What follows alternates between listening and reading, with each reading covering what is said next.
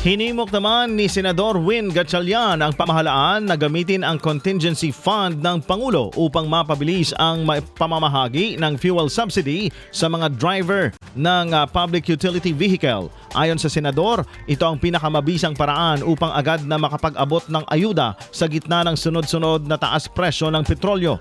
Iginiit ni Senador Gatchalian na hindi na dapat hintayin pang umabot sa $80 kada bariles ang presyo ng langis bago magkaloob ng tulong. Sa kasalukuyang sistema ng pantawid pasada, kinakailangan pa ng sertipikasyon mula sa DOE na nananatiling mataas ang presyo sa loob ng isang buwan, isang prosesong nagpapabagal sa saklolo para sa sektor ng pampublikong transportasyon.